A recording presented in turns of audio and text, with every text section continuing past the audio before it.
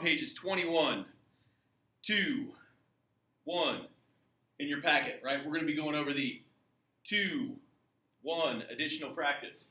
That one? Bam, this one right here. There it is. That's aggressively large zoom there, Mr. Knoll. Okay. All right, folks. This shouldn't come as a surprise to you, but we're solving equations. All right. Again, goal of an equation, isolate the variables on one side, get all the numbers on the other side, and then solve for your variable. Opposite operations, all of these beautiful things come into play here. We have rectangular calculating devices. You will see me use one. You should be using one. Okay? If I'm using it, you should use it. Now, again, I can do some mental math here, but whatever. On with the show. Okay, my variables are on the same side. We're going to combine them just as the signs say to do. Take 4/7, add it to 5/14. Right? These are like terms. Again, we went over that. Same variable, same power. So we're going to add these together. I mean, if you want me to do this, I can say that this is 8/14x, and then we can add that to 5/14x to get 13/14x. You could have put it into your calculating device. All right. When we get here, they're wanting us to multiply by that thing we talked about yesterday. The Multiplicative inverse. That's right. Right. They would like us to do that, and that's fine. Okay, we can do that. Remember, it's the same thing as dividing by that coefficient. Divide by the coefficient of 13/14 will give us the same answer as multiplying by 14/13. It's crazy how that works out, isn't it? Anyway, we're going to take this. This should give me a 3. That's got to be 52.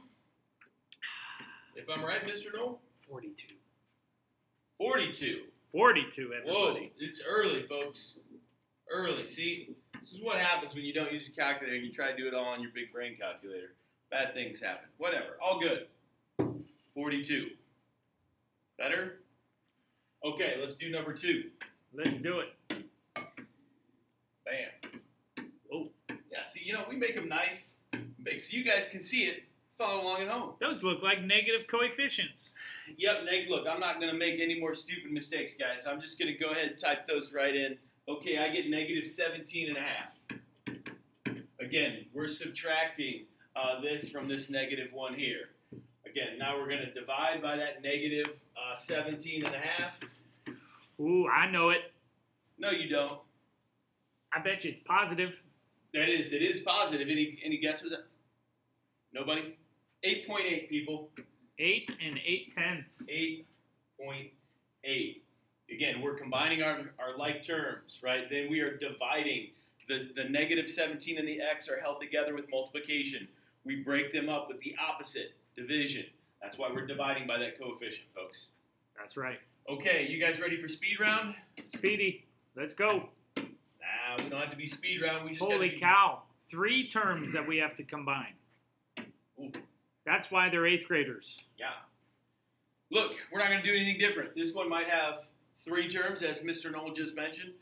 We're still going to keep doing the same thing, guys. So we're going to take 2.4 minus 9.1 plus 12.5. I can't type this morning, right? I guess his decimal point on this calculator doesn't want to work. Why is that, Mr. Knoll? It's old. It's old like him. Okay. Did you do this in your head yet, Mr. Knoll? No. I get 5.8. Okay?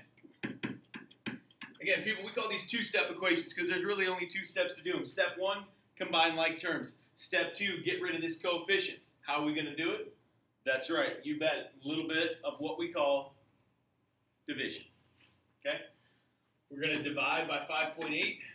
People, this is where you got to trust the math. We're not going to get great numbers on all of these answers, right? You have to trust the math. All right? We're going to get negative 6.8 here. Okay? Here. Okay, there. Mr. Knoll likes to draw him some lines. Can you circle your answer, please? Show your work. Circle your answer. Right? That's today's theme. Show your work. Circle your answer. All right. Should we tackle number 4 over here? Yep. Okay. Once again, we've got some fractions on here. Who really cares? Negative 17/18. Negative 17/18. We'll just go with that. Equals negative 102. You guys with me so far? Again, here's our line. It breaks our equation into two halves, right? This will become very important as we get into 2-2 and 2-3, and we solve equations where all kinds of stuff's moving. I can't wait. I can't wait either. How are we going to solve this, folks? We're going to divide by that coefficient, negative 17/18, right? So we will divide by negative 17/18. Same thing over here. That's going to come out to be a positive. Negative divided by a negative. Any takers? I got it. Yeah, somebody's got it. 108. Ciente ocho. Ciene ocho, I think is what it's called. In Show Spanish. your work. Circle your answer. Boom. Okay, again, if you guys are picking up what we're putting down, feel free to pause the video. It's fine by me. All right, 5 and 6. Ooh, I like these. Okay, again, guys, we just got more fractions here. Yep, this one almost is equal to 1, but it's 21 over 22 when you combine those like terms. Equals negative 189. Okay, again, let your rectangular calculating device help you out. All right, what are we going to do here, folks? Again, we could multiply by that multiplicative inverse of 22 over 21, right? Probably just going to confuse some of us, right? Because then we might want to flip everything that we see. Don't need to do that. We just need to divide by 21 20-seconds. Man, so when you divide by a fraction less than 1, the number actually comes out to be... It's bigger. Yeah. It's crazy. Well, in this case, it might really get... It gets smaller this time. It's smaller, because, yeah. But Anyway. how about we say it gets further away from 0? There you go. Further away from 0. Yeah, it's a negative 198. Yeah. That's what I was going to guess. Okay. You guys good so far? Any questions? Any questions? No. Nope. Okay. Okay. All right, folks. Let's go. Bam. Number 6. Draw your line. Combine your like terms on the left-hand side. 8.7 minus the 1.9. What is that? 6.8? Nice. Nice. That's right. Equals that 116.96. That's right. This one's going to come out to be about, well, I'll let... Should we do some rounding on this one? No. No. Divide by 6. Ooh, there we go. Divide by 6.8. That's right. I got 17 and 2/10. Yeah? That's what I got. Okay. I haven't missed one yet. Everybody's good with that? I love blueberries. I just had a blueberry scone this morning. Yeah, freshly baked. Wow. No less. Yeah. Mom's in town. She got up early, made fresh. I was going to bring you one, but I didn't know if you needed it because you already had your Honey Nut Cheerios. I love me some Honey Nut Cheerios. Yeah. So, okay, so guys, those are the straightforward ones. These are the annoying ones. Why? Because they're just words. We have to write an equation from all this mumbo jumbo. All right, Wayne bought some blueberries. I love blueberries. Okay. He uses 3/8 of the blueberries to make bread, 1/6 of the blueberries to make pancakes, and 5/12 of the blueberries to make jam. Right? If he uses 69 ounces of blueberries, how many did he buy? Okay? Well, here's what we know, guys. This is our total, right? He uses 69 ounces in total. Again, we're trying to figure out what? Did he buy more than he used? I'm not sure. Well, wouldn't he? Just making sure, when we think about this, is he going to end up with more than he used? How much did he buy? So our answer is going to be greater than 69. There we go. So guys, if we a lot of times look at the very last sentence, that's where we'll get our unknown, our variable we're trying to figure out. In this case, how many ounces of blueberries did he buy? So there is our variable, guys. So we're just going to, look, I'm writing in blue. Maybe I was, go away. Maybe it won't go away. There you go. Blueberries, right, is our variable. Okay. We know we used 3/8 to make bread, 1/6 to make pancakes, and 5/12 to make jam, right? We combine all of those amounts, and we used 69 ounces. So, guys, it's going to look something like this. Combined all of it. 3/8 B, right? combining, right? We're going to add all these together. Plus 1/6 B plus 5/12 B, right? These are all the things we make blueberries out of. And that equals how many ounces, Yes. right, that we have used. Okay? Now this one looks just like numbers 1 through 6. That's right. Combine like terms. 3/8 plus 1/6 plus 5/12. Any takers out there? I know it. Yeah, what do you got? 23 over 24. 23/24. There we go. Okay? Okay. Solve this equation. We're going to go ahead. We're going to divide, right, by that coefficient. 23/24. Hold on. Let me try to. You want me to try to do this one in my head, guys? I'm going to say 72. Was that right? Bingo. This guy's good. Man, 72 ounces. Of course, if Miss Maley were here, but she never is, right? We would write ounces. She would get very picky if we didn't do that. 72 ounces. Well, there's 16 ounces in a pound. How many pounds would that be? Oh, goodness gracious. Stop adding more 4. questions. 4 pounds of blueberries. All right. Charlotte buys a ticket to go to a baseball game. Hopefully it's not the Reds because they're not playing anymore. Neither are the Indians. Yeah. The total includes a charge of 7% of the original price for extra fees. If she pays a total of $44.94, how much was the original price of the ticket? So again, there's that last sentence. There's your variable, guys, the original price of the ticket.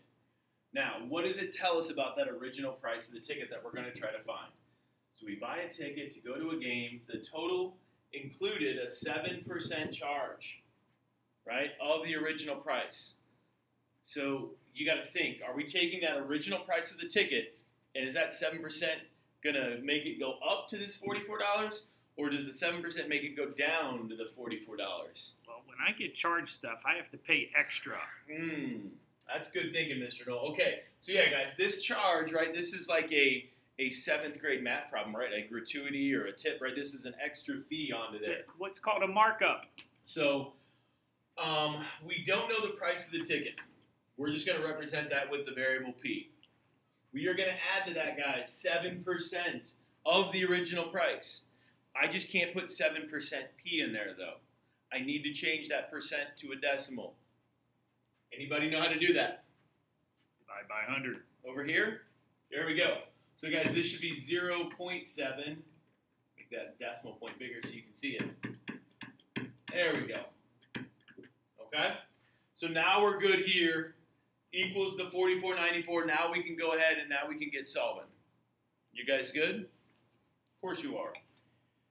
Okay. We're going to add these together. Remember, there's an invisible 1 out here. So 1P plus this 0.07P. You got it, guys. Turns into 1.07. Right? That equals whatever we got over here. 44.94. 44. All right. Divide by coefficient. You guys good here? Yep. Dividing by that. We can also show division, guys, as a fraction. That's all it really is. Survey says? 42. That's right. $42. Bam. Congratulations. Good work. Okay. Whew, halfway there, guys. You ready to keep going? You got a long one. Boy, this is going to take forever. Forever. Okay. Manuel loves him some apples, right? He bought 9 pounds. He's eaten 3/4 of a pound so far and has $15 worth of apples left. Write and solve an equation to find the cost of the apples per pound to the nearest dollar. Okay.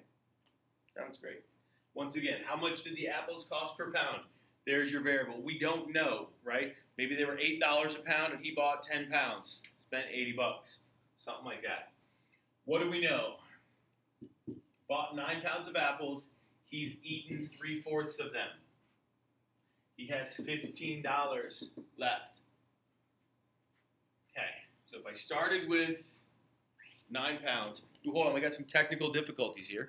No, it's okay. We're good. Oh, no. We're still good. We're still going. Okay. It's all good. Mr. Knoll tried to fix it. He really made it worse. What's new? Okay. Okay. So we bought 9 pounds. We've eaten 3/4 so far. Okay. Great. So we're gonna say again, how much did the apple? I'm just gonna use A, guys, for my. I would variable. use C, but you can use A. Yeah, whatever. Okay, so we had 9 pounds of apples. We've eaten just 3/4 of a pound so far. Okay, so we're going to subtract 3/4 of a pound, and we know we have $15 left. Shabam. Okay. Combine your like terms here on the left. So 9A minus 3/4. What is that? 8 1/4. Is that okay, Mr. Knoll? Yeah. I did that right? Yeah. 8 1/4 equals 15. Okay? Guys, again, I don't really care what kind of number. Look, if you're a decimal person and you don't like that number because you want it to be 8.25, whoop-de-doo. Okay? Now we just need to divide by this. Remember, it says find the cost of the apples per pound to the nearest dollar. Nearest dollar. Okay, so we're going to divide by 8.25. Right, we're going to get $1.82. yeah, $1.82. Okay, and if you just leave it like this, is your answer right? No. Because what did I just say a second ago? Find the cost of the apples per pound to the nearest dollar. So what's the nearest dollar? Wood? Nope. $2, guys. $2. Okay. Whew. All right. Onward we go. Mr. Knoll, are we going to get all this done? We better hurry. Okay. We better hurry. Guys, why does this one look different here? Why would they do this to us? Okay. So, guys, if we look closely at this one here. All right, this one looks different. Why? Well, typically we've seen a second variable, right, in this term right here. But do we have a second variable here? No, we don't. So I guess that means we can't solve this. You don't want to right now? You want to put the ixnay on it? Or you want to do it? We can put the ixnay on it, sure. We'll Yeah. come. Guys, we'll get to those eventually. Yeah. It's pretty easy. We just move that over to the other side. It's all good. Those are just called two-step equations. Yeah. God, that's great. I feel like we keep writing the same ones over and over and over. All right. Pottery class time, right? Mr. Knoll recently went to one of these with Miss Maley, right? They learned to do pottery. It was good. He's got a pottery thing in his room somewhere. He'll show you. He's got a great story about it. All right. Each student pays $15 for the class, $27 for materials. This month's pottery class brought in a total of $714. How many students are in the class? Remember, so what are we paying? So like each student pays $15 for the class and then $27 for all the pottery material, right? So we need to combine those numbers, right? They're paying $15. I'll use P for pottery class, and $27. And we don't know how many people were in the class, right? But we're going to combine some. Stuff here. So I'm going to say this is what, 42. You guys with me on that one? You guys good? I didn't screw anything up yet? Nope. We just added these two together. Right? Now we're going to go ahead, divide by 42. Divide by 42. And P equals, I don't know, some number in the teens. Some number in the teens. 17, everybody. 17? 17. Okay. Look, I was getting ready. Okay. Students. 17 students. Yeah. Students. Thank you. All right. Looks like somebody did something wrong on the next one. I know what they did. Your friend incorrectly says the solution to this equation is 7.6. What error did they likely make? Did they divide wrong? Did they add those two together? They solved for 1 over y instead of y. They subtracted the like terms incorrectly. I don't know what they did wrong. They didn't do the math right, people? So, guys, we would subtract these terms, right? We would have this 11.2. You would, but that's not what they did. Yeah, and we would subtract 7.4 from it, and that would give us 3.8, and then we would take that 141.36 number, right, and we divide that there, and we should get 37.2. They got 7.6. What did they do? Any takers out there? Hey, Mr. Knowles here, guys. Try this, everybody. Yeah. So, guys, what they ended up doing was adding these two together, right? It makes that coefficient a bigger number so that when they go to divide, they in turn get a smaller number. Okay? Yep. All right. We want to go for 14, Mr. Knoll? I think they can do this on their own. Okay. We got to wrap this up. So, guys, again, 14 is just another word problem, right? Look at the last sentence, find your variable, write your equation, right? All this stuff hasn't changed. So, anyway, hope you guys are doing well. We should be able to get into our Math Excel, our homework. Hope you enjoyed this, and I hope it helped.